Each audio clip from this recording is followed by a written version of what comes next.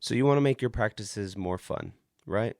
The first thing I'm going to tell you is that fun, and I think some of the old school coaches, which I love you, old school guys. I work with a more old school guy, and I absolutely love this guy. Fun doesn't mean like we're going to sit around and play games. When I think of fun in swimming, I think of engagement. So when you're trying to make practices more fun, you want to make them more engaging. And the most creative coaches find ways to get the work in and make it fun at the same time. All that being said, not every single day is going to be some magical game filled, racing filled, speed work, power tower type workout. It's just not, because in swimming and in sports, especially developing youth athletes, you have to teach them how to do things hard. Because if they're not willing to do hard things, they will never reach their potential in races. Even if learning how to do hard things isn't just a training thing, it's a mental thing. Because let's just take the 50 free, for example. Like if you want to be elite in the 50 free, you take 0 breaths. Taking 0 breaths is not easy. It takes courage and it takes mental toughness. But you will never be able to take 0 breaths if you don't learn how to do 25s doing 0 breaths. Is that right? So, how do we make practices more engaging? I'm going to give you some tips. And you know what? This is just for people that are listening to this. I have this little bonus that I usually apply to when people buy my products. It's like 30 fast and fun sets for practice. So if you just send me a message on Instagram that says, "Hey, can I get that fun pack?" I will give it to you for free. So thanks for listening. So far, if you stop listening right now, it's already been beneficial. So here's how we're going to make practices more fun. First off, you need to be more fun. Yes, you, the coach. You can't just show up with a pissed off look on your face and say, "Get to work and maybe we'll have some fun." Like, you have to be fun. So every coach that is a little bit different. For example, like something that I like to do is I like to show kids like cool videos, whether that's swimming or something else, something athletic. I'll get my phone out and I'll throw it onto one of the TVs. I'll be like, "Man, guys, check this out. That would be so cool."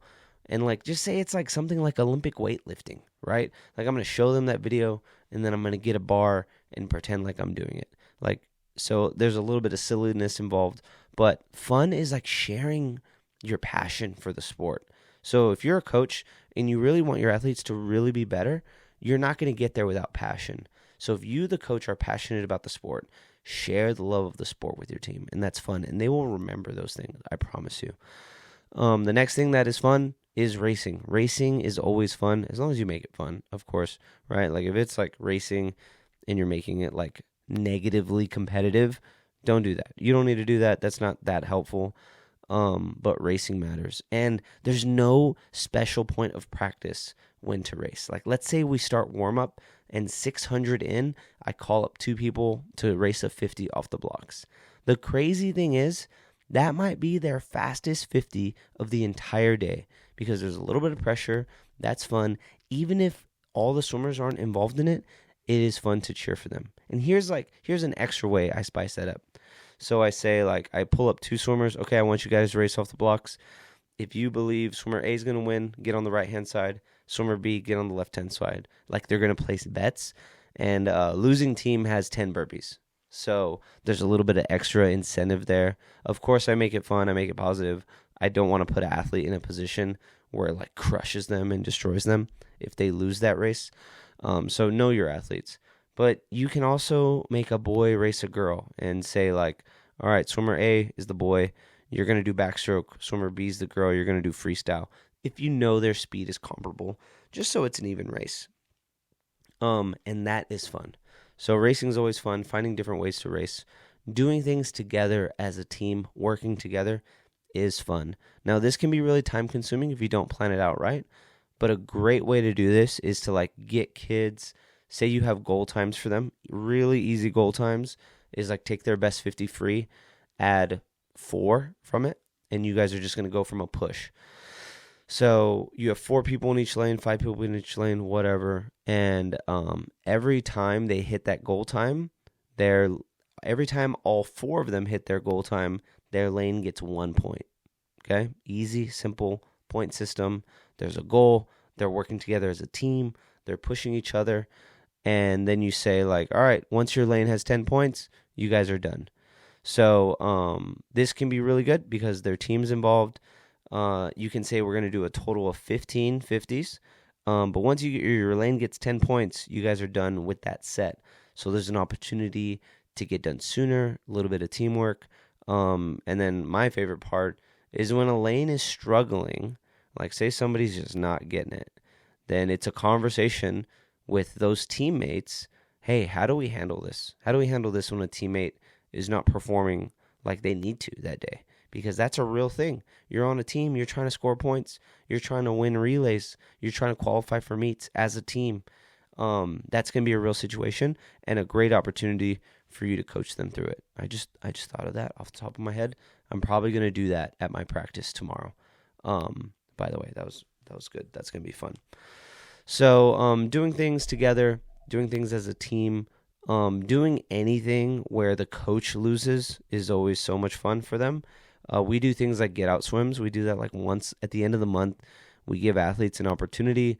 If they swim a certain speed, we're done with practice that day. So we'll maybe like 45 minutes into practice, we take bets. Say there's 7 swimmers that put up goal times that they're going to go. Like that's their bet that time. And we say, okay, if you guys succeed at 5 out of 7 of them, we'll be done today. So that's really cool. Rock, paper, scissors, where I tell them, okay, we're going to leave on the top, which is 30 seconds away. Unless Timmy beats me in rock, paper, scissors, then we'll leave on the next top, and I give them an extra minute. It's like so silly and simple, but like brings joy to everybody. And then if they lose, still fun because they had a chance. And then fun for me because they lost and I won. Or a situation where like the coach does push-ups or something like that, which I know like a lot of people don't like to do that, especially when you're coaching like older athletes or very highly motivated athletes. You don't really need to do that. But, you know, not all of us are coaching like the most highly motivated, highly passionate. A lot of us are coaching athletes that are still in developmental stages. And when I say developmental stages, I'm talking about 18 and unders who are still figuring out what they want out of the sport and still have a lot to get out of it. A lot of teams have like a national team or a high performance team, and those athletes probably don't need that stuff because with those athletes, working hard is fun with a lot of them.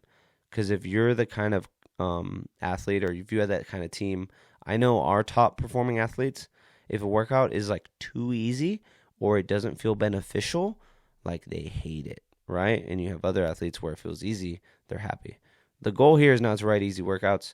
The goal here is to know what your athletes need.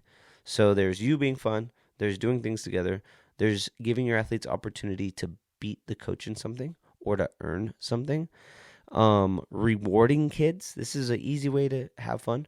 Rewarding kids for doing things well. Like I've done sets of 50s where you need to go 15 meters after the flip turn, right? Which is pretty challenging.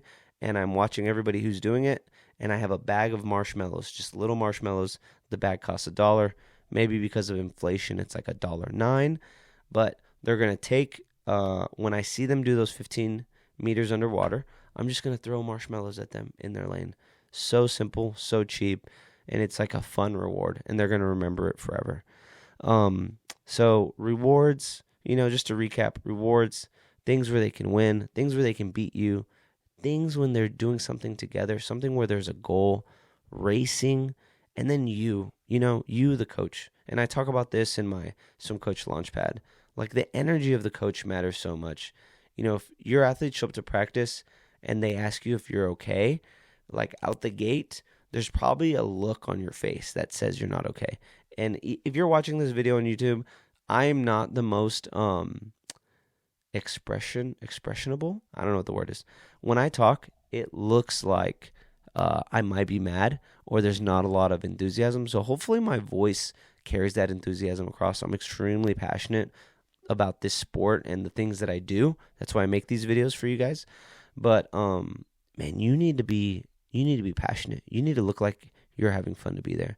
Because at the end of the day, Like, we get to do this. Swimming for most of our athletes is not going to be the rest of their lives. We have this one small moment of time with them where we get to impact our athletes. And if you can make it more enjoyable for your team and yourself, you're going to get more out of your athletes. Thank you guys so much for listening. If you want more, head on to my website, betterswimcoach.com. I got a bunch of free workouts, a whole free course on teaching butterfly with workouts and videos. And then if you really want to level your coaching up, check out my Swim Coach Launchpad. It'll teach you how to write workouts, plan your season, build your culture, and I even break down all 4 strokes and teach you how to teach better technique. Let's go be better, Swim Coach, and I hope you guys have a great week.